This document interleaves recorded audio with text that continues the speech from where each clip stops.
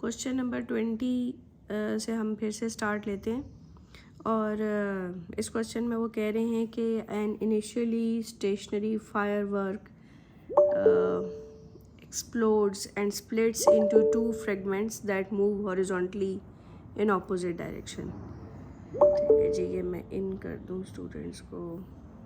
अच्छा, तो एक स्टेशनरी फायरवर्क है, ठीक है, जो कि एक्सप्लोड हो रहा है टू फ्रेगमेंट्स में। तो वो लोग पूछ रहे हैं कि the total kinetic energy transfer to the fragments by the explosion is E. वो कह रहे हैं कि जो टोटल काइनेटिक एनर्जी इनको ट्रांसफ़र हुई है उसकी वैल्यू कैपिटल ई है।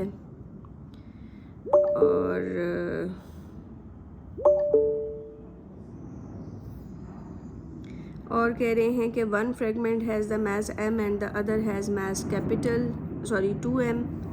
What is the speed of the fragment of mass m immediately after the explosion?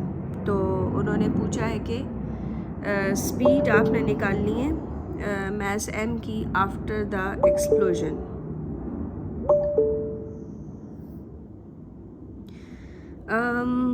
यहाँ पे अब हम लोगों ने इसको देखें E और M की टर्म्स में सॉल्व करना है। तो ये क्वाइट इंटरेस्टिंग सिचुएशन है कि हम इसको कैसे हैंडल करेंगे।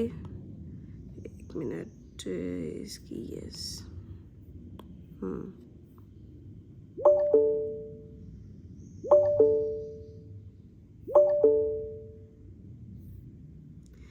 अच्छा, अब कह रहे हैं कि initially firework explodes and split into two fragments. तो इस पे अगर मैं law of conservation of momentum सबसे पहले लगाऊं तो that is m1u1 plus m2u2 is equal to m1v1 plus m2v2। ठीक है जी।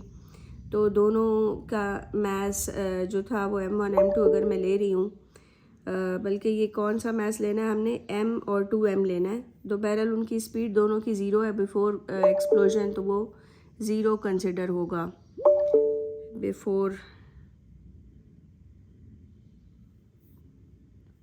बिफोर एक्सप्लोजन उन दोनों की जो स्पीड है वो ज़ीरो कंसिडर होगी। एक का मास m है, दोनों ऑपोजिट डायरेक्शन में जा रहे हैं, तो एक की स्पीड आपकी क्यों कह लें कि -v होगी, ठीक है, और दूसरे वाले की जो स्पीड होगी वो v प्राइम होगी। ऐसे करके हम लिख सकते हैं। लेकिन अच्छा, यहाँ पे एक मसला है कि स्पीड्स तो हमें बताई नहीं है, लेकिन हम ये गैस कर सकते हैं कि ये mv उधर चला जाएगा तो ये 2mv प्राइम हो जाएगा। तो ये हम कह सकते हैं कि मास कैंसिल हो गया। तो जो जिसका मास बड़ा है उसकी स्पीड दूसरे वाले की स्पीड से हाफ होगी। ठीक है जी, 1/2v होगी। यानी जिसका मास 2m है उसकी स्पीड हाफ है, ठीक है, देन द अदर। ये हमें किस बात से पता चला है? Law of conservation of momentum लगाने से हमें ये चीज़ समझ आई है। ठीक है जी। उसके बाद वो कह रहा है कि एनर्जी की वैल्यू जो है, काइनेटिक एनर्जी की वैल्यू, टोटल काइनेटिक एनर्जी जो है वो ट्रांसफ़र हुई है वो कैपिटल ई है। अब वो हम लोग यूज़ कर लेते हैं, ठीक है। उसको हम कैसे यूज़ करेंगे कि हम लोग ये कह सकते हैं कि काइनेटिक एनर्जी दोनों की आफ्टर द कोलिजन ये हो जाएगी, और इसकी वैल्यू पुट कर दें 1/2, और एक का मास जिसका मास 2m है उसकी जो स्पीड है वो दूसरे वाले की स्पीड का हाफ होगी, यानी 1/2 ऑफ v कह लें। और एक minute ji,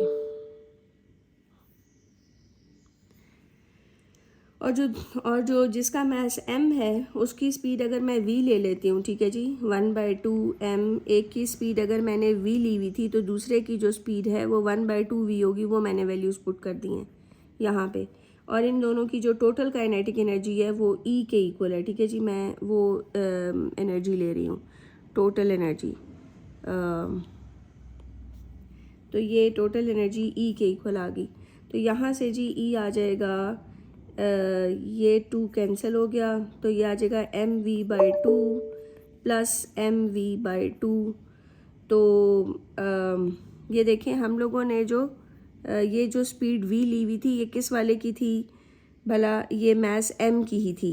what is the speed of the fragment of the mass m immediately after the explosion. तो ये जो v मैंने कंसिडर किया हुआ था वो m वाले की ही स्पीड थी जो v मैंने ली हुई थी, और दूसरे वाले की स्पीड को v प्राइम लिया हुआ था जिसकी स्पीड हाफ हो चुकी थी, वो मैंने यहाँ पे प्लग इन किया। आप देखा होगा आपने कि दूसरे की जो काइनेटिक एनर्जी थी जिसका मास 2m था उसकी स्पीड 1/2v कंसिडर की थी। तो यहाँ से आप देख लें कि ये मैंने सॉल्व कर लिया, ये 2 कैंसिल हो गया, mv/2, और ये वाली जो टोटल टर्म थी, एक मिनट मैं ज़रा इसको बेहतर तरीके से लिख दूँ।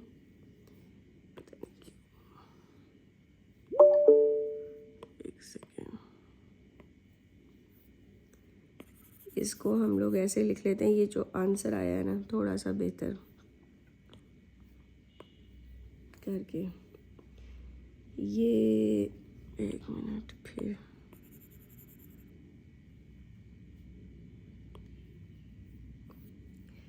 अच्छा, ये जो था ये दोनों, ये पूरी ये एक टर्म है, ठीक है, ये सारी एक टर्म है, यानी एक टर्म ये ऊपर वाली है प्लस करके फिर दूसरी टर्म है, और ये टोटल ई जो है वो हमारा ये बना, तो E is equal to basically m v बन गया।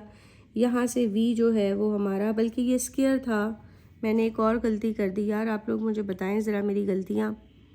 ये स्क्वायर था, ठीक है, मुझे ये यहाँ पे इसके ऊपर भी स्क्वायर था, इस पर भी स्क्वायर था, तो ये आ जाएगा mv²/4, क्योंकि इसका 2 का स्क्वायर आ जाएगा mv²/4, और ये आ जाएगा mv²/2। अब आप ये इसको ऐड करेंगे तो ये एलसीएम ले लेंगे, ये 4 एलसीएम आ जाएगा इसका, और यहाँ पे आ जाएगा 2mv², नहीं बल्कि ये 1mv² आ जाएगा, ठीक है जी, ये आ जाएगा 1mv², और दूसरा आ जाएगा 2mv², ठीक है। तो ये टोटल बनेगा 3mv², यानी E is equal to 3mv²/4, यहाँ से आ जाएगा 4e/3m is equal to v², और v के लिए जो वैल्यू आ जाएगी वो ये आ जाएगी d पार्ट, ठीक है जी। यहाँ पे दोनों पे स्क्वायर रूट आप लेंगे, ठीक है, दोनों वैल्यूज़ का आप स्क्वायर रूट लेंगे तो आपका आंसर आ जाएगा। आई होप ये अब जो है ना आपको समझ आ रही होगी। मुझे बताएं जी, किसी को इशू तो नहीं है इसमें? समराइज़ करूं इस क्वेश्चन को या ज़रूरत नहीं है? जी मैम, करते हैं। ये दोनों ज़ैनब जो हैं, ज़ैनब अब्बास एंड ज़ैनब अली, बेटा टाइम पर आया करें क्लास में, इतना लेट आप लोग आते हैं तो बार बार फिर मैं यही काम करती रहूँ, आप लोगों को एंटर ही करती रहूँ क्लास में। अच्छा जी, मैं रिपीट कर रही हूँ, मैंने ये किया कि सबसे पहले law of conservation of momentum लगाया था, ठीक है जी। Law of conservation of momentum लगा के मैंने दोनों का momentum before the collision zero था, क्योंकि वो स्टेशनरी फायर वर्क की बात हो रही थी, ठीक है जी। तो स्टेशनरी फायर वर्क था तो दोनों के मोमेंटम बिफोर कोलिजन ज़ीरो था। आफ्टर द कोलिजन दोनों अपोजिट डायरेक्शन में जा रहे थे, इसलिए एक की वेलोसिटी -v कंसिडर की, दूसरे की v प्राइम कंसिडर की, एक की पॉजिटिव दूसरे की नेगेटिव, और एक को v प्राइम ले लिया दूसरे को v ले लिया। फिर इससे हमने जो दूसरे की वेलोसिटी v प्राइम थी वो निकाल ली, that was half of the other one. तो अगर m मैस की वेलोसिटी मैंने v ली हुई है तो जो दूसरा मैस है 2m उसकी वेलोसिटी v प्राइम होगी, ठीक है। उसके बाद हमने भी जो इसने क्वेश्चन में बोला हुआ था कि टोटल काइनेटिक एनर्जी ट्रांसफर जो है वो E है, तो वो हमने ले ली total kinetic energy after the collision, यानी total kinetic energy transfer to fragments, यानी बेसिकली ये जो एक्सप्लोजन हुई है उसमें केमिकल एनर्जी काइनेटिक में कन्वर्ट हुई है, तो दोनों की काइनेटिक ऐड करके हमने यहाँ पे लिखी। तो ये वाली जो मैं शेड कर देती हूँ, ये वाली जो काइनेटिक एनर्जी है वो m मैस की है, और जो दूसरी वाली काइनेटिक एनर्जी है वो बल्कि सॉरी वो वाली 2m की है, ये m की है। उनकी काइनेटिक एनर्जी सिंपल ऐड की है मैंने, उसके बाद फिर उसको सॉल्व किया है, ठीक है, और जो v की वैल्यू है, ठीक है, वो फाइंड आउट कर ली है। बस इतना सा हम लोगों ने किया कि ये सिंप्लीफिकेशन हुई हुई है। इसके बाद ये सेकंड स्टेप है, थर्ड स्टेप है, और उसके बाद हमने v की वैल्यू, यानी कि v की वैल्यू भला किसकी थी, जिसका मैस m था उसकी वेलोसिटी v थी, तो वो हमने फाइंड आउट कर लिया, ठीक है जी। ये हमने इसकी वो की हुई है सारी वर्किंग। आगे चलते हैं, मेरा ख्याल है अब तो बेटे वैसे आप लोगों को बड़ा सीरियस हो जाना चाहिए। 10 मिनट बाद क्लास में आने का ना कोई तुक नहीं बनता, ठीक है। क्लास 11 बजे शुरू हुई है तो 11 बजे ही आना होता है। ये नहीं कि आप लोग इंतज़ार करते रहें और जनाब मज़े से रिलैक्स होके, अभी रिलैक्स होने का टाइम नहीं रहा। अभी आप लोगों को टाइम पे क्लास में आना चाहिए। नेक्स्ट क्वेश्चन है जी, कह रहा है कि when a force of 0.8 Newton is applied to a spring, the length of the spring is 90 millimeter. When a force of 1.30 Newton is applied to the same string, its length is इतने millimeter. The spring obeys Hooke's law. What is the spring constant? ये बहुत ही ज़्यादा अच्छा question है, बहुत ज़्यादा अच्छा। इसके लिए ना थोड़ी सी वर्किंग करनी पड़ेगी। मैं आपको शो करवाती हूँ कि क्या वर्किंग करनी है। देखिए बेटा, इसने बताया है हमें इसमें इसने हमें बताया कि हमारे पास एक फोर्स है F1, ठीक है, और उसके ऊपर फार्मूला K = x1 लगता है। मतलब आपने लेट्स से कि एक स्प्रिंग या कोई भी वायर आपने लगाई हुई है और उसके ऊपर आप जो फोर्स लगा रहे हैं, F1 फोर्स लगाते हैं, तो उसके अंदर एक्सटेंशन जो क्रिएट होती है वो x1 है। एक्सटेंशन की वैल्यू आप कैसे निकालते हैं? Total length minus original length, तो ये आपकी एक्सटेंशन की वैल्यू आ जाती है। इसी तरह जो अगर आप फोर्स F2 लगाएंगे तो उसके लिए जो हुक्स लॉ से इक्वेशन आपकी बनेगी वो बनेगी kx2। और जाहिर सी बात है, जब आप ज़्यादा फोर्स लगाएंगे तो एक्सटेंशन भी ज़्यादा होगी और उस सूरत में एक्सटेंशन का फार्मूला बनेगा। अब ये देखें, एक और चीज़ है यहाँ पे, एक मिनट, कि ये पहले वाले केस में आपकी जो लेंथ थी, आपकी स्प्रिंग या आपकी वायर की लेंथ L1 थी, और जब दूसरे केस में आपने उसके ऊपर फोर्स ज़्यादा लगाई तो फिर ज़ाहिर है उसकी लेंथ इंक्रीज़ हो गई। तो अब जो लेंथ है वो आपकी L2 हो चुकी हुई है, ठीक है जी। ये वाली लेंथ आपकी L2 है। तो L2 - L0 = x2, ये आपकी नई एक्सटेंशन है। अब आप क्या करेंगे कि ये x1 और x2 की वैल्यूज़ आपने इसमें पुट करनी है यहाँ पे। अब मैं ये सब क्यों कर रही हूँ बेटा, उसकी वजह ये है कि इस क्वेश्चन में इन्होंने कहा है कि फोर्स लग रही है और स्प्रिंग की जो लेंथ है वो इतनी है, यानी इन्होंने ये लेंथ L1 दी हुई है और ये फोर्स F1 दी है, यानी एक्सटेंशन तो दी ही नहीं है इस क्वेश्चन में। जबकि फिर दूसरे उसमें लाइन में उसने फोर्स F2 बताई है और फिर जो दूसरी लेंथ है, टोटल लेंथ, वो L2 बताई है। तो यहाँ पे दूसरे वाली लाइन में भी उसने एक्सटेंशन की वैल्यू तो दी नहीं और स्प्रिंग कांस्टेंट निकालने को बोल दिया। तो ये हम उसके लिए वर्किंग करें कि पहले मैं एक फार्मूला आपको निकाल के दूंगी जो आपको बहुत काम दे जाएगा और मे बी P2 में आपको ये फार्मूला डिराइव करना आ जाए, ठीक है, पेपर में। तो इसलिए ये वर्किंग करके दे रही हूँ। तो यहाँ पे आ जाएगा F1 = K, x1 की वैल्यू पुट की, L1 - L0।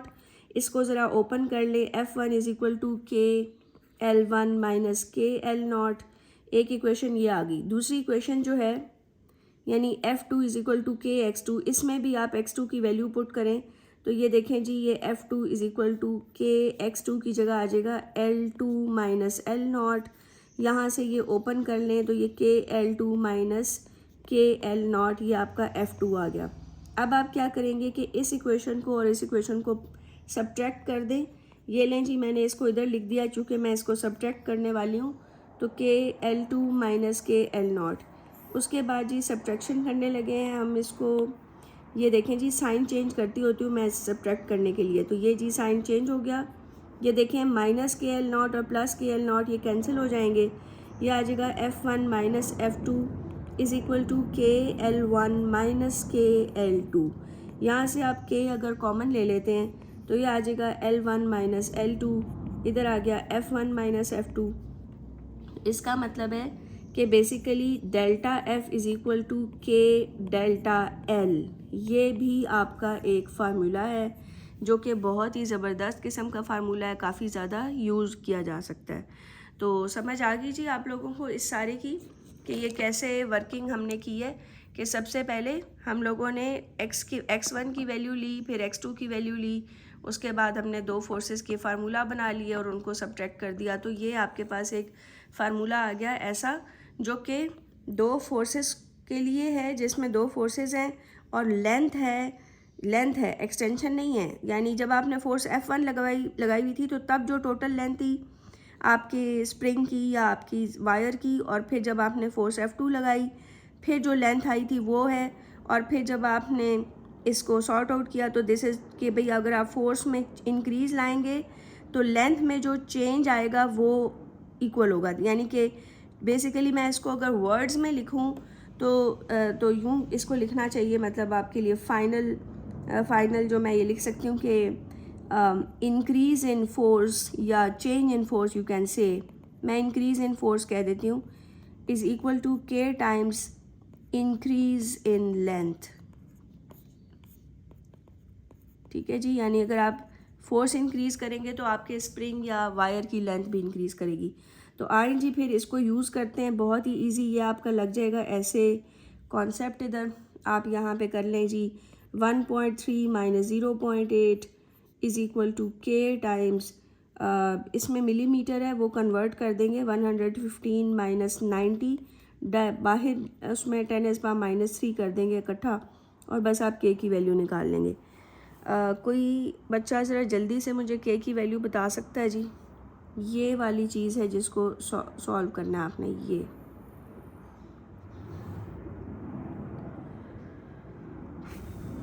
जल्दी से कीजिएगा बेटे, अदरवाइज़ मैं ये भी कर सकती हूँ, ये मैं आपके लिए छोड़ दूँ, आप खुद ही करते रहें। बेहतर तो ये कि कोई कर ले, ज़रा आप लोग कैलकुलेटर लेके बैठा करें। अभी भी अगर आप ज़ाहिर है सिर्फ देखने के लिए स्क्रीन पे बैठेंगे तो कोई फ़ायदा नहीं है, खुद कैलकुलेटर लेके बैठें, साथ साथ समझें, साथ साथ वो उसको सॉर्ट आउट करें, सॉल्व करें। मैम D आ रहा है 20 आ रहा है, डी ठीक हो गया जी, गुड। नेक्स्ट पे चलते हैं जी। क्वेश्चन नंबर 22 है, कहता है an experiment is carried out using a metal wire to investigate how it responds to the varying tensile force. Okay, the cross section area of the wire is constant, which graph has gradient that is equal to Young's modulus of the metal। अच्छा, ये तो बहुत ही simple से है, stress Young's modulus होता है stress divided by strain, ठीक है ना, तो ये सी पार्ट होगा। आगे चले, मेरा ख्याल है क्वेश्चन नंबर 23 में कह रहे हैं कि for a wire Hooke's law is obeyed for a tension F and extension X, the Young's modulus for the material of the wire is capital E। अच्छा, ये Young's modulus है। Which expression represents the elastic potential energy in the wire? तो elastic potential energy का formula होता है जी, दो formula होते हैं, 1/2 Fx या फिर होता है 1/2 kx²। और इन्होंने यंग्स मॉड्यूलस दिया है यहाँ पे, हमें ज़रा उसकी टर्म्स में लिखना है, इसलिए थोड़ी सी मेहनत करनी पड़ेगी। Which expression represents the elastic potential energy. अच्छा, फिर तो अगर सीधा साधा ये वैसे ये इलास्टिक पोटेंशियल एनर्जी की टर्म्स में ये लिखा हुआ है 1/2 Fx, वैसे तो क्लियरली आ रहा है। तो दूसरा यंग्स मॉड्यूलस की टर्म्स में अगर आप करें तो इसमें एक मिनट में देख लेती हूँ ज़रा कि Young's modulus is equal to force over area times L/x, और ये यंग्स मॉड्यूलस इसने E बोला है, और मेरा नहीं ख्याल कि ये कोई फेस शेप बनेगी, मेरा ख्याल है कि ये सीधा सीधा सी पार्टी है, क्योंकि उसने हमें उसकी टर्म्स में लिखने को बोला ही नहीं है, उसने तो बस कहा है कि यंग्स मॉड्यूलस E है, tension force Fx, tension x है, तो बस आप स्ट्रेन एनर्जी या इलास्टिक पोटेंशियल एनर्जी का फार्मूला लिखें तो वो सिंपल सा C बन रहा है। ठीक है जी, आगे चलते हैं।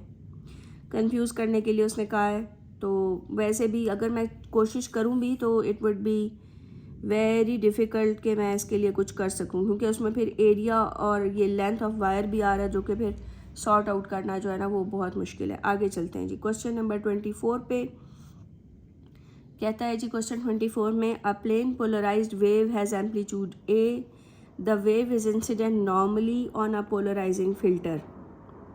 वेव जी पोलराइजिंग फ़िल्टर पे हिट कर रही है, और आप लोग बेटा चाहें तो माइक ऑन करके क्वेश्चन वगैरह पूछ सकते हैं, अटेंटिव रहिएगा। अभी हमारा सिर्फ 1 मंथ लेफ्ट है, तो फिर आप लोगों की अटेंशन और आप लोगों की जो है ना वो फोकस की जो इस वक्त होनी चाहिए सिचुएशन, वो बहुत ही हाई अलर्ट पे ज़रूरत है। तो कह रहे हैं कि पोलराइज्ड प्लेन पोलराइज्ड वेव है जिसका एम्पलीट्यूड ए है, that is incident normally on a polarizing filter. The transmission axis of the filter is at an angle theta to the plane of polarization. Okay, transmission axis of the filter is at an angle theta to the plane of polarization of the incident wave. Incident wave के साथ मतलब अगर आपकी ये है, ये incident wave है, ठीक है जी, और आपका जो प्लेन ऑफ पोलराइजेशन है वो उसके साथ थीटा एंगल पे है। अब किस तरह से होगा जी वो किस तरह से मैं शो करवा सकती हूँ इसके लिए, आपको पता है कि वो एंगल थीटा पे इस तरह से करके मैं आपको दिखा देती हूँ कि लेट से कि वो ऐसे एंगल पे, ठीक है जी। ये आपका फ़िल्टर पड़ा हुआ है और अब वो बता ये रहे हैं कि transmission axis of the filter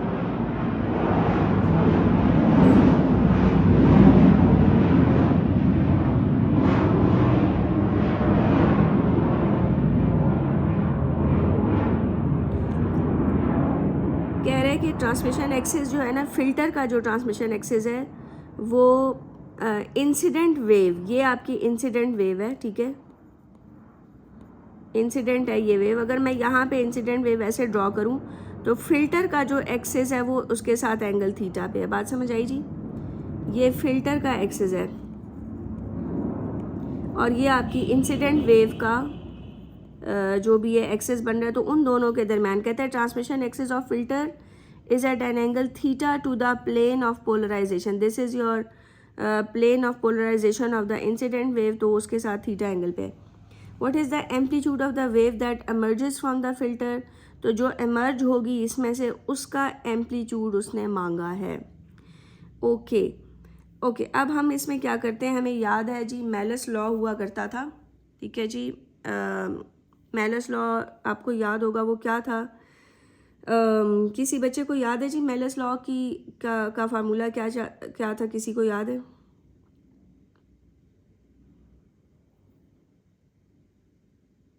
I is equal to I naught cos square theta था बेटा मेलस लॉ का फार्मूला, ठीक है। और ये इंसिडेंट इंटेंसिटी होती है, इस वाली को आई नॉट कहते हैं, और जो इसमें पास करके इसमें से निकलेगी वो ये वाली इंटेंसिटी होगी, ठीक है, ये आई होगी। तो ये फार्मूला है I is equal to I naught cos square theta. अच्छा, उसके बाद आई के लिए जो वैल्यू होती है वो फार्मूला एम्पलीट्यूड वाला वो ये है, यहाँ पे पुट कर दें के ए स्क्वायर आ जाएगा इधर और इधर आ जाएगा के A naught square cos square theta. अब यानी ये ए नॉट जो है वो एम्पलीट्यूड इसके वाला है, इसका एम्पलीट्यूड ए नॉट है, और जो इसमें से ट्रांसफ़र होके निकला है उसका एम्पलीट्यूड ए है, इसका एम्पलीट्यूड ए है, इंटेंसिटी आई है, इसकी इंटेंसिटी आई नॉट है और इसका एम्पलीट्यूड ए नॉट है। उसके बाद आपने क्या करना है कि के दोनों साइडों से कट गया, तो आपका जो एम्पलीट्यूड ऑफ द वेव जो एमर्ज कर रही है that is a square is equal to a naught cos square theta. अच्छा, मैंने एक थोड़ी सी मिस्टेक की है, मैं एक चेंज इसमें ले आऊँ ज़रा। मिस्टेक मैंने ये किया कि मैंने यहाँ पे इसको ए नॉट कंसिडर कर लिया है, उसने उसको ए बोला हुआ है, तो मैं इसको ए कह देती हूँ, इसको ए प्राइम कह देती हूँ, ठीक है, ताकि मुझे आसानी हो जाएगी। ये ए है और ये जो बाहर निकल रहा है एम्पलीट्यूड वो ए प्राइम है, बाहर निकलने वाला ए है, ए प्राइम है, और जो हिट कर रहा है वो ए है, ठीक है जी। मैंने इसको करेक्ट कर दिया अकॉर्डिंग टू क्वेश्चन यही कह रहा है कि जो इंसिडेंट हुआ था उसका एम्पलीट्यूड ए था और जो बाहर निकला है उसका एम्पलीट्यूड आपने निकाल के देना है। ले जी, ये अब हमारा आ गया ए प्राइम का square is equal to a square. अब आप इस दोनों साइडों पे अंडर रूट ले लेंगे तो आपका ए प्राइम आ जाएगा ए कॉस थीटा, ठीक है जी। तो ये बन जाएगा ए कॉस थीटा ए पार्ट, ठीक है जी। तो दैट वाज इजी। सिंपल आपको मेलिस लॉ याद होना चाहिए था, बस उसमें फिर वैल्यू डालेंगे इंटेंसिटी वाली इक्वेशन की और आंसर आ जाएगा। क्वेश्चन नंबर 25 में कह रहा है कि an electromagnetic wave is travelling through vacuum, what could be the wavelength and period of the electromagnetic wave. कहता है वेवलेंथ और पीरियड क्या हो सकता है। ये तो बेटा आप लोगों को पता होना पड़ेगा, अदरवाइज़ ये तो सिस्टम जो है ना वो गड़बड़ हो जाएगा। अब इसको पता करने के लिए आपको अपना वो टेबल खोलना पड़ेगा और वहाँ से वैल्यूज़ चेक करनी पड़ेंगी, और वो फिर मैं आपको बताऊँगी बाद में, मुझे खुद तो याद नहीं है। तो फिर आप वेवलेंथ की वैल्यू या फ्रीक्वेंसी की वैल्यू निकाल के जितनी भी इलेक्ट्रोमैग्नेटिक वेव्स हैं उनमें से ज़ाहिर है कि बाकी सब रॉन्ग होगी, कोई एक ही करेक्ट होगा, तो वहाँ से आपको चेक। जी बेटा, फ्रीक्वेंसी को पीरियड से रिप्लेस करके और v equals to f lambda वाले फॉर्मूला में डाल के चेक कर सकते हैं कि स्पीड किस में करेक्ट आ रही है, तो भी आ जाएगा।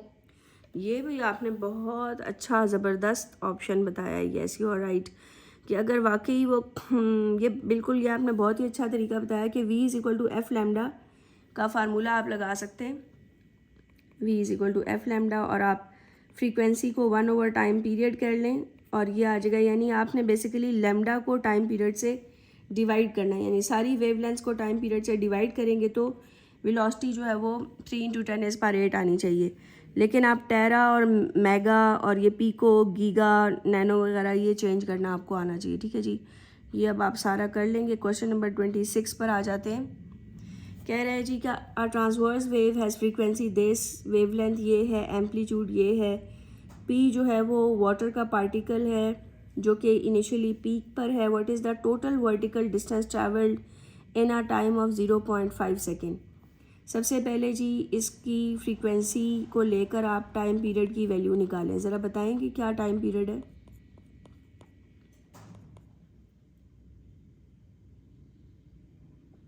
जल्दी से बताइएगा। 1/15 क्या आता है भाई?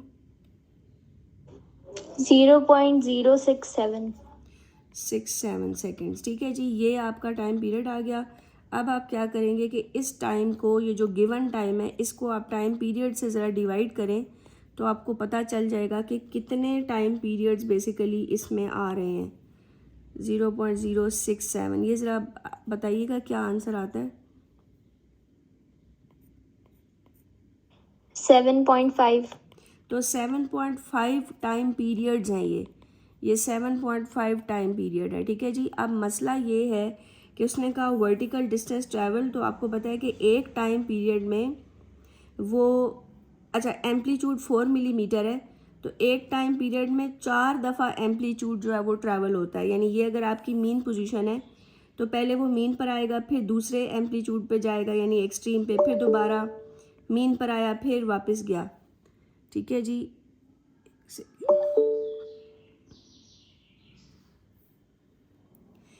तो इसका मतलब है कि एक टाइम पीरियड के अंदर, 1 टाइम पीरियड में आपके कितने एम्पलीट्यूड होंगे बेटे? 4 एम्पलीट्यूड होंगे, यानी 4 × 4 मिलीमीटर। आंसर भी मिलीमीटर में ही है, तो 4 × 4 मिलीमीटर ये एक टाइम पीरियड में आएगा।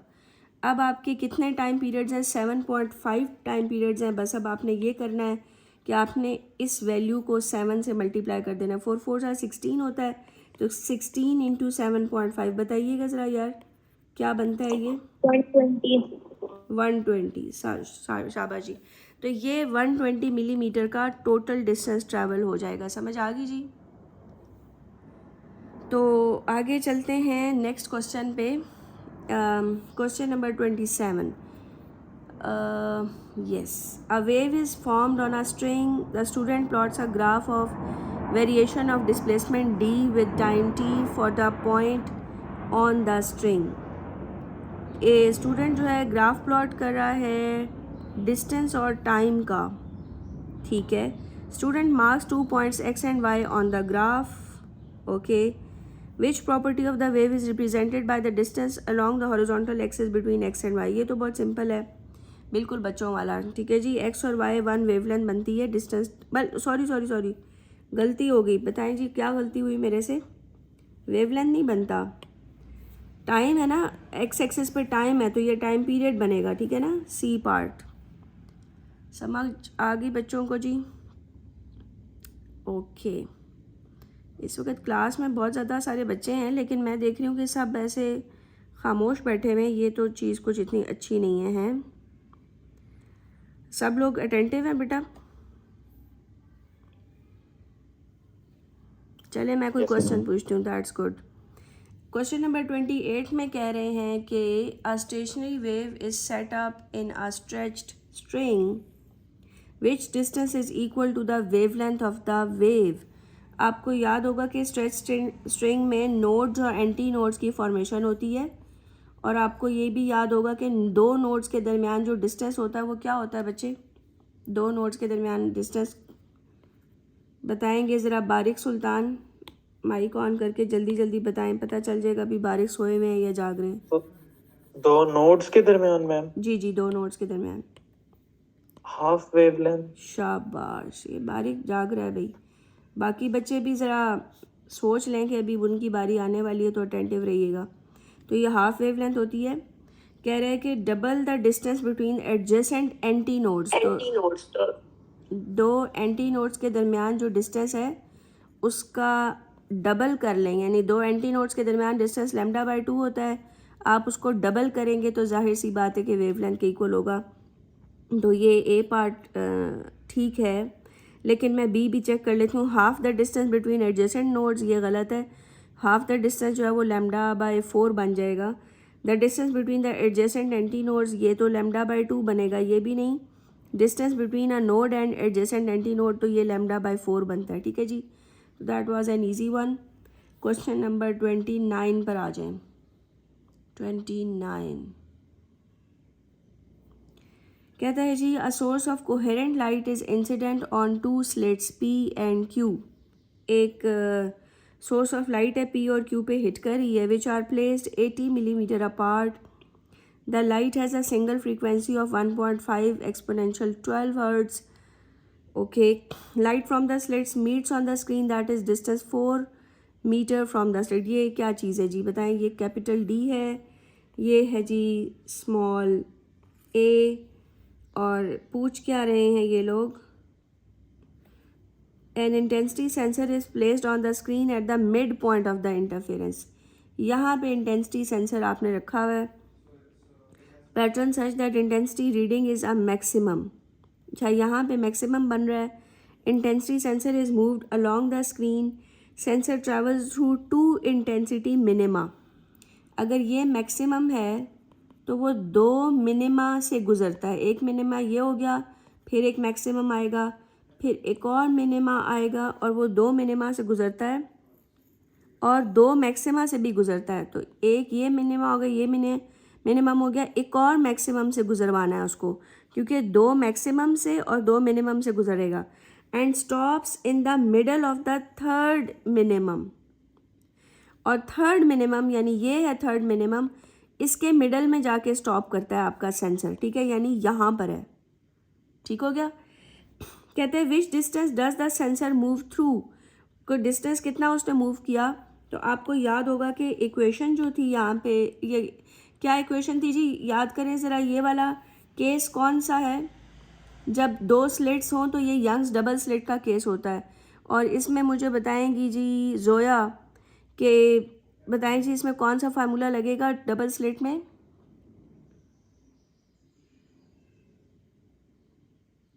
जोया, हेलो,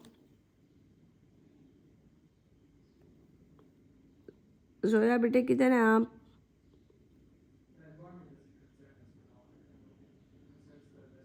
जैनब ने पता नहीं क्यों कॉल लीव कर दी है जी। जोया आवाज़ नहीं आ रही बेटा आपको क्या मेरी? मुझे लगता है जोया बस मीटिंग में थी। चले मैं इससे बाद में पूछूंगी। और कौन बताएगा? कोई बताएंगे जी? मुझे बता दें युसैरा, आपका पेपर का। जी बेटा बोले। मैं जी युसैरा आप बताएं कि डबल स्लिट वाले केस में कौन सी इक्वेशन लगती थी? Ma'am x is equals to n lambda d over a. x is equal to n lambda d over a. over ये कौन सा फार्मूला है बेटे? मुझे भूल गया। ओके, मुझे फिर बता दें जनाब। मैम जी बेटा बताएं बताएं। आपने lambda equals to a x by d. जी lambda is equal to a x by d था बेटे। ये अगर आपको अभी इस सिचुएशन में बेसिक फार्मूलाज नहीं याद तो फिर हालात बहुत पतले हैं भाई। ये बेसिक फार्मूलाज तो हर वक्त आपको याद होने चाहिए। ये आपने दो फार्मूलाज मिक्स कर दिए हैं। Anyhow lambda is equal to a x by d में एक्स क्या चीज़ होती है जी? तैयबा बताइएगा ज़रा, एक्स क्या चीज़ है? मैम x मिनिमम और मैक्सिमम के दरमियान का डिस्टेंस। जी बेटा, दो मैक्सिमम के दरमियान का डिस्टेंस, ठीक है। दो मैक्सिमम या दो मिनिमम के दरमियान का डिस्टेंस, इसको x कहते हैं। तो अभी देखें हमारे पास ये क्या बन रहा है। जो उसने मांगा है डिस्टेंस के, उसने वो कह रहा है कि इधर से जो इधर तक मूव करने में कितना डिस्टेंस उसने मूव किया वो मालूम करने के कह रहा है। तो ये बेसिकली 2.5x बनेगा, ठीक है। तो ये टोटल डिस्टेंस 2.5x के इक्वल है। तो पहले आपने ये फार्मूला लगाना है। वेवलेंथ की वैल्यू पुट करेंगे यहाँ पे। वेवलेंथ उसने नहीं दी हुई, फ्रीक्वेंसी दी हुई है सिर्फ। तो वो आप v is equal to f lambda लगा के पहले वेलोसिटी 3 × 10⁸ ज़ाहिर है लाइट की बात कर रहा है तो ये इलेक्ट्रोमैग्नेटिक वेव्स हैं 1.5 × 10⁻12। और यहाँ से आप निकालेंगे वेवलेंथ। फिर वेवलेंथ को इधर प्लग करेंगे। ए की वैल्यू 80 मिलीमीटर है, इसको कन्वर्ट करेंगे मिली को। और कैपिटल डी 4 मीटर है, उसको पुट करेंगे तो आपका जो है एक्स आ जाएगा। फिर जब एक्स आ जाएगा तो ये वो डिस्टेंस है जो वो डिमांड कर रहा है कि उसने मिडल में जो मैक्सिमा था वहाँ से लेकर जो थर्ड मिनिमा तक वो गया है तो वो फासला निकाल के दें। तो आप पहले एक्स निकाल लोगे, फिर आप उसको 2.5 से मल्टीप्लाई करोगे तो वो डिस्टेंस आ जाएगा जो उसने मांगा हुआ है कि वो जो मूव करके गया है, ठीक है जी। तो फार्मूलाज बेटे, बेसिक फार्मूलाज ज़रा अच्छे से याद करें। आपके पास अब टाइम ख़त्म हो चुका हुआ है सब बच्चों के पास। नेक्स्ट क्वेश्चन है जी, कह रहा है कि अ vibrating bar produces surface water waves in a ripple tank. ठीक है जी, ये सिचुएशन है कि ये वाली जो है ये आपको नज़र आ रही है, ये वेव फ्रंट्स हैं और ये direction of motion of wave है। Wavelength of the wave is 5 centimetre apart and they pass through a gap of 20 centimetre. इस गैप में से पास करी हैं waves which change will increase the amount of diffraction that is observed. इस situation में यार दो ऑप्शन है कि या तो आप गैप को डिक्रीज़ कर दें तो आपकी डायफ्रेक्शन अच्छी होगी, क्योंकि गैप को डिक्रीज़ करने से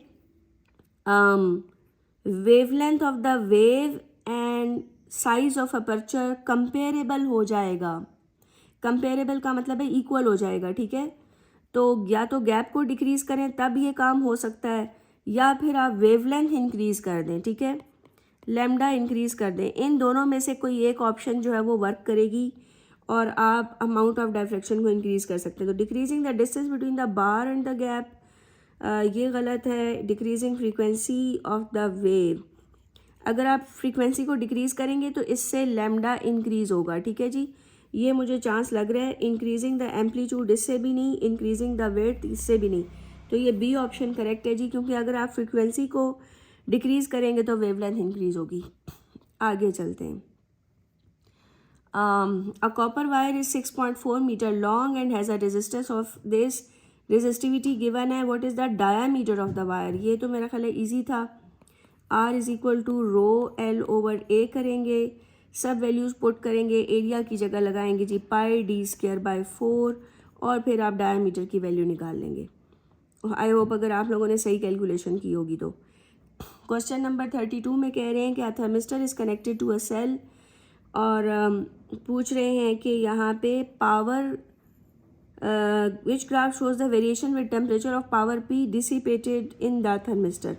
पावर P की आपने ग्राफ बनाना है, पावर P डिसिपेटेड टेम्परेचर के साथ। ओके, अच्छा एक बात यहाँ पे है कि आपका अगर टेम्परेचर इंक्रीज़ करेगा अगर टेम्परेचर इंक्रीज़ करेगा तो रेजिस्टेंस ऑफ थर्मिस्टर डिक्रीज़ करेगी।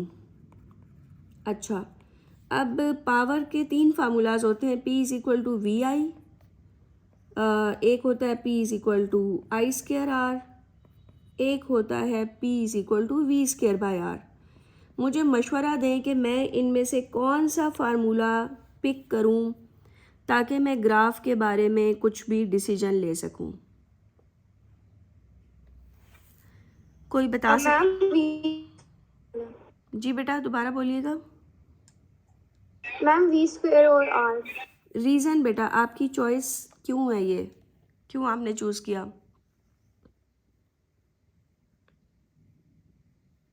कोई बता सकते हैं जी रीज़न इसकी चूज़ करने की, मतलब आपको ये क्यों पसंद आया है?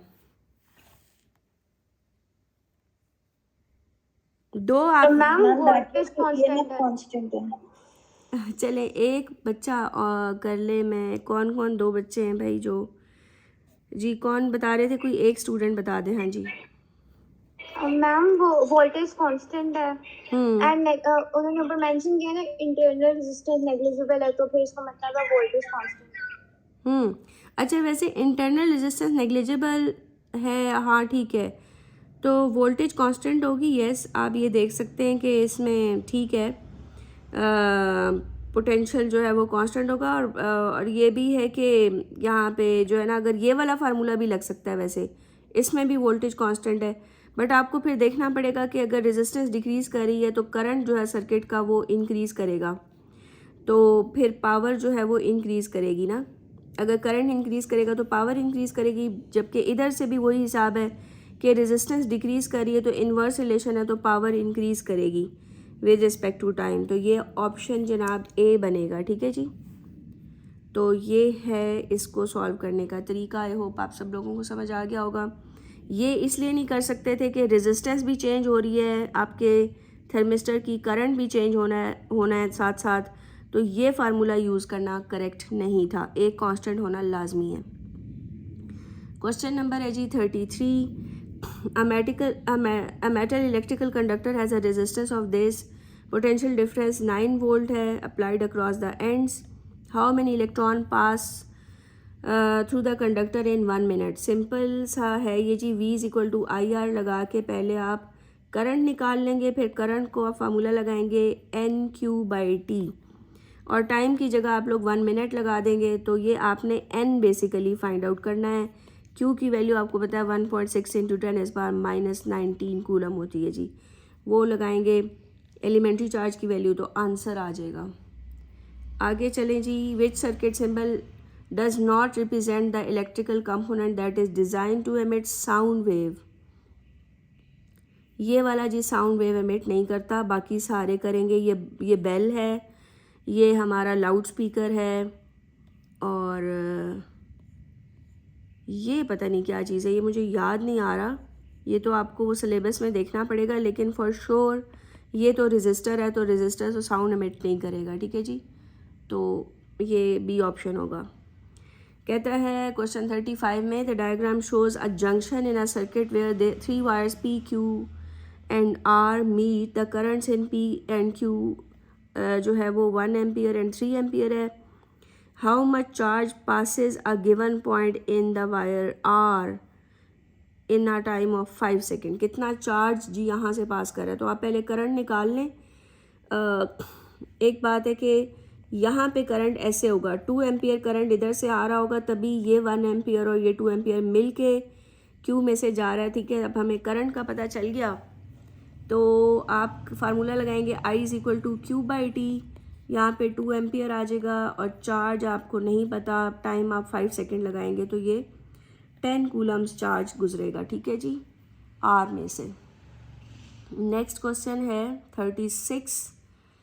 ये अच्छा सवाल है, एक मिनट जी, ये हाँ जी, क्वेश्चन नंबर 36 में कह रहा है, diagram shows 4 terminal box connected to a battery and ammeter. ये जी एम मीटर से ऐसे कनेक्शन हुआ है, और कह रहा है कि current in the 2 ammeters identical. अगर दोनों में करंट आइडेंटिकल है तो क्या होना चाहिए जी, सीधी सी बात है डी ऑप्शन होगा, क्योंकि देखें ज़रा डी को यहाँ पे लगा के चेक करें तो ये सीरीज सर्किट बनता है, तो सीरीज सर्किट में ही करंट कांस्टेंट होता है, तो ये सिंपल सा डी है।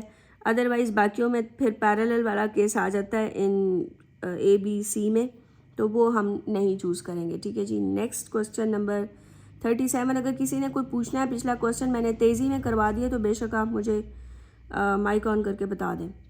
क्वेश्चन 37 में कह रहे हैं जी ईच ऑफ द किरचॉफ्स। जी बेटा।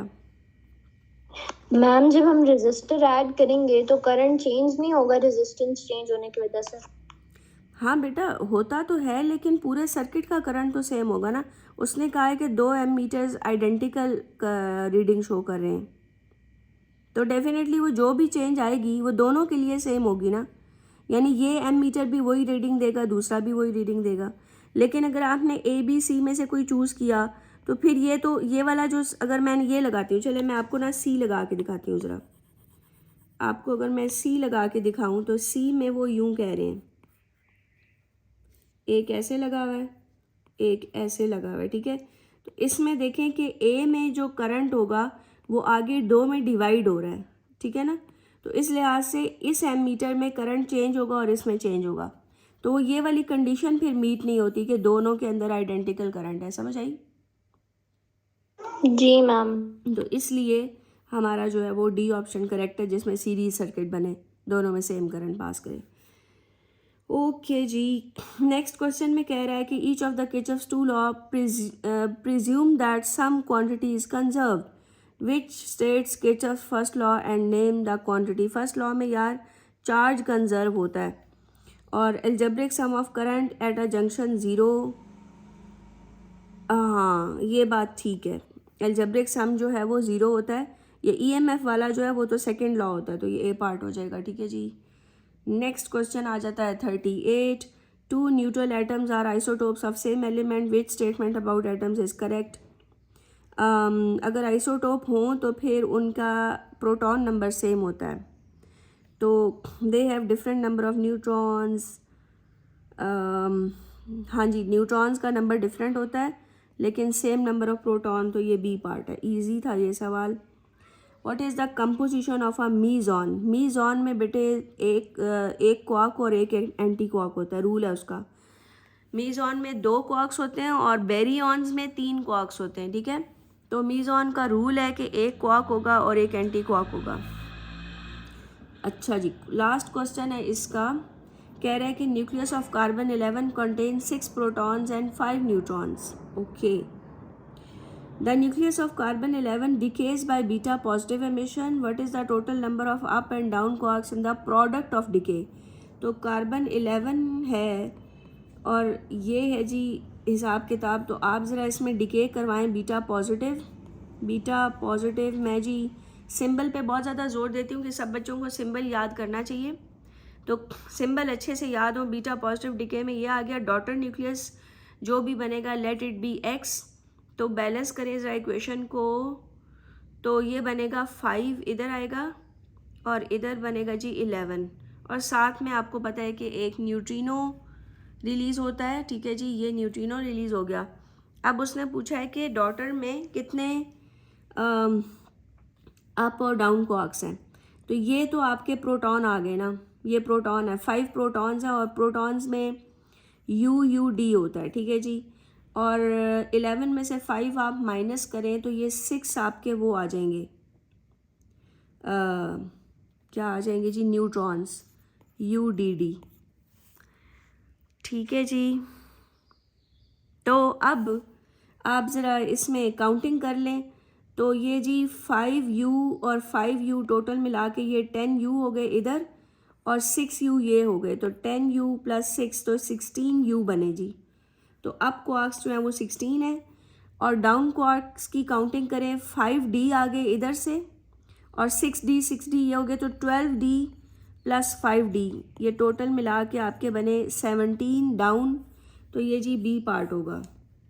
ठीक है जी, ये मैंने प्रोटॉन की काउंटिंग की थी और ये न्यूट्रॉन्स की काउंटिंग की है। सही है जी, ये है जी सिचुएशन। और अभी रहते हैं हमारे 10 मिनट्स, तो मैं एक काम करना चाह रही थी कि जो मैंने P1 तो अब कर लिया डिस्कस, अब मैंने क्या करना है, जो मेरा नेक्स्ट स्टेप होगा कि प्रैक्टिकल पेपर के जो इश्यूज़ हैं ना वो मैं कल डिस्कस करूँगी इंशाल्लाह। लेकिन अभी थोड़ा सा टाइम है तो कुछ क्वेश्चंस मई जून 11 से मैंने शुरू किया हुआ है। मई जून 21 का वेरिएंट 11 है, ठीक है जी, जिसको मैंने डिस्कस करना शुरू किया हुआ है। कल उसके कितने क्वेश्चन किए थे, मेरा ख्याल है कि कोई 10 के 6 क्वेश्चन शायद डिस्कस किए थे। तो ये बाकी का जो पेपर रह गया वो मैं यहाँ पे डिस्कस कर रही हूँ, ठीक है, और आप लोग इसको फिर बाद में भी देख सकेंगे। तो ये कह रहे हैं कि a longitudinal wave travelling from left to right, ठीक है जी, ये वाला क्वेश्चन मैं डिस्कस करना चाह रही हूँ। लेट मी शो यू, ठहरे एक मिनट जी, थोड़ा सा इधर से रेस कर देती हूँ। ये मई जून का जो मई जून 21 का वेरिएंट 11 है, ये इसमें भी बड़े अच्छे अच्छे सवाल थे, ख़ास तौर पे ये वाला क्वेश्चन 21 तो बहुत ही ज़बरदस्त था। 22 ज़रा देखते हैं। कह रहा है कि the longitudinal wave travelling from left to right has vibrations parallel to the direction of transfer, यानी ये कोई साउंड वेव वगैरह टाइप की चीज़ है। Wave can be represented on the graph as shown. Okay, आपको याद होगा कि कंप्रेशन और रेयर फ्रैक्शंस हुआ करती थी।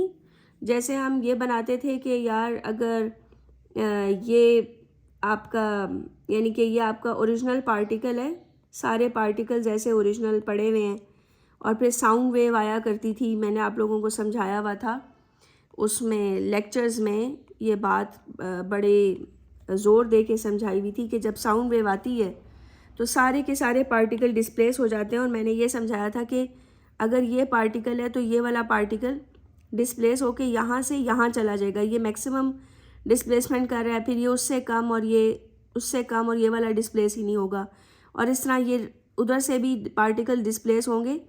तो ये इस तरह से वेव हम लोगों ने समझी थी कि ये सेंटर ऑफ कंप्रेशन है, ठीक है, जबकि दूसरी तरफ फिर से आपकी जो डिस्प्लेसमेंट है वो डिक्रीज़ होना शुरू हो जाती है, और इस तरह साथ वाली वेव, ये वाला जो है वो सेंटर ऑफ रेयर फ्रैक्शन कुछ ऐसे करके बनता था।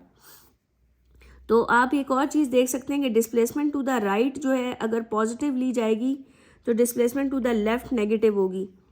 तो अगर ये डिस्प्लेसमेंट पॉजिटिव है, यानी ये वाले पार्टिकल्स इधर को डिस्प्लेस हो रहे हैं और ये वाले पार्टिकल्स इधर को, तो बी जो है वो सेंटर ऑफ कंप्रेशन बनता है। तो वही उसने पूछा हुआ था। तो जी B is the centre of compression. समझ आ गई जी? तो समझ आ गई जी कि राइट साइड की displacement of the particle positive होगी और लेफ़्ट साइड की नेगेटिव होगी। And you can see that कि यहाँ पे सारे पार्टिकल जो है वो इस तरह से कंप्रेस हो रहे हैं, तो सी जो है वो कंप्रेशन का सेंटर हो जाएगा।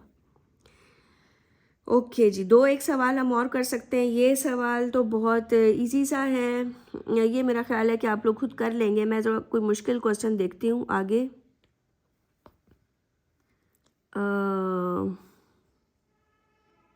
ये भी मुझे इजी ही लग रहा है, इसमें ये भी क्वाइट इजी है, ये वाला मेरा ख्याल है।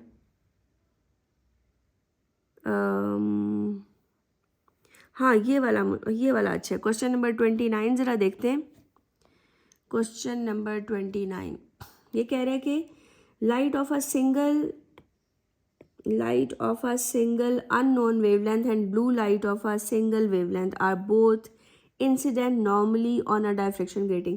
डायफ्रेक्शन ग्रेटिंग का नाम आ जाए तो कौन सा फार्मूला लगेगा जी, बताएं, कौन बताएगा यहाँ पे? असद इब्रार बताइएगा ज़रा। n lambda is equal to d sin theta। शाबाश, good boy. n lambda is equal to d sin theta।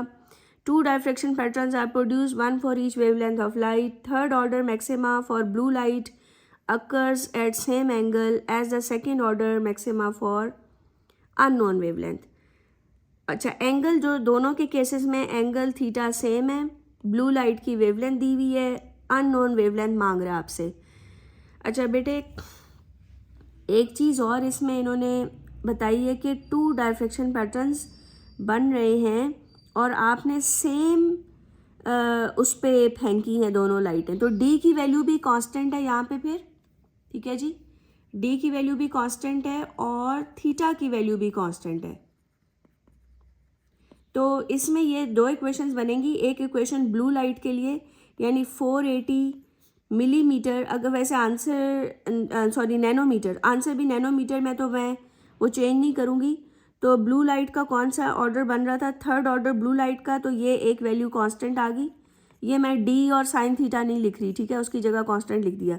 दूसरी वाली अननोन वेवलेंथ है और उसका कौन सा ऑर्डर बन रहा है जनाब, सेकेंड ऑर्डर बन रहा है और वो भी कांस्टेंट के इक्वल है। अब आप इन दोनों इक्वेशंस को इक्वल रख दें क्योंकि इनके राइट हैंड साइड बराबर है, तो लैम्डा आपको पता चल जाएगा। अच्छा, एक चीज़ आपकी क्लास ख़त्म होने वाली है, मैं आप लोगों को ये बता दूं कि इलेक्ट्रिक फील्ड का क्वेश्चन नहीं करना, और दूसरी चीज़ मैं बता दूं कि आप लोगों को बारी बारी मैं ये सारे जो वेरिएंट्स हैं इनके डिस्कस करूंगी इसी तरह ही। मतलब इंशाल्लाह जितना भी टाइम होगा मैं सब इसमें मई जून 21 से शुरू किया हुआ है, फेब मार्च का भी हमने डिस्कस किया था, बट आई थिंक सो कि फेब मार्च 21 के क्वेश्चंस अब फिर दोबारा मैंने वैसे पहले डिस्कस कर लिए हैं और रिकॉर्डिंग भी नहीं है उसकी मेरे पास। अदरवाइज़ वैसे किसी का हो क्वेश्चन फेब मार्च 21 का तो बता दें, मैं कोशिश करूँगी कि उसकी वीडियो बना के आप लोगों के लिए अपलोड कर दूँ। और ये देखें, इस पेपर के एक वीडियो मैंने वैसे ही आप लोगों के साथ पहले शेयर कर दी है और अब ये वाले भी दो, यहाँ पे 30 तक क्वेश्चन तक मैं पहुँच गई हूँ। इससे पीछे अगर किसी का सवाल हो तो बता सकते हैं। जितने क्वेश्चन मैंने डिस्कस किए हैं इस पे वो वीडियो मैंने बना दी थी, अब रह गए 31 से आगे। इसमें एक दो सवाल ही हैं जो करने वाले हैं, फिर इससे अगला पेपर डिस्कस होगा मई जून 21 का वेरिएंट 12, जो कि पहले मैंने पेपर 33 भी करना है, जो आपका मॉक वाला है ना, वो डिस्कस करूँगी और साथ साथ ये पेपर P1 करती रहूँगी, ठीक है।